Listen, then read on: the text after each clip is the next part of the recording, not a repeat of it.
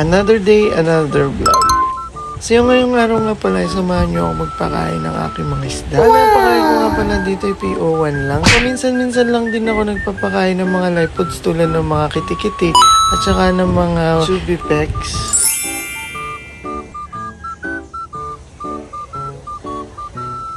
Yung araw nga lang din nga pala, marami na nga pala ako mga kal ng mga isda. Naisipan kong ilipat na lang ito sa isang lagayan. Tapos yung ibang mga kal, ipapakain ko na lang din sa aking mga Oscar. Guys, so samahan nyo ako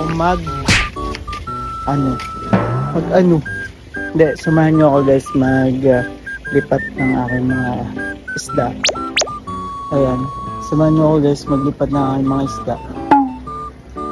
And nailipat ko na. What? Nailipat ko na, di ba nyo na ako samahan? Hindi. Ito, magse-separate nga pala ako ng mga gapi. So, ari yung mga gapi na na-separate ko na. Ito ay mga kal.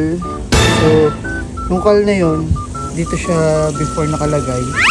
Kasi lahat ng mga nagiging kal ng aking mga isda ay dito ko siya nilalagay. Tapos, nilagay ko siya dito sa isang timba. Tapos, pinaghihiwalay ko yung babae at saka yung lalaki. So, dali na natin guys to kasi sobrang dami na. So hanggang dito na lang guys ang aking vlog. Don't forget to subscribe. Bye!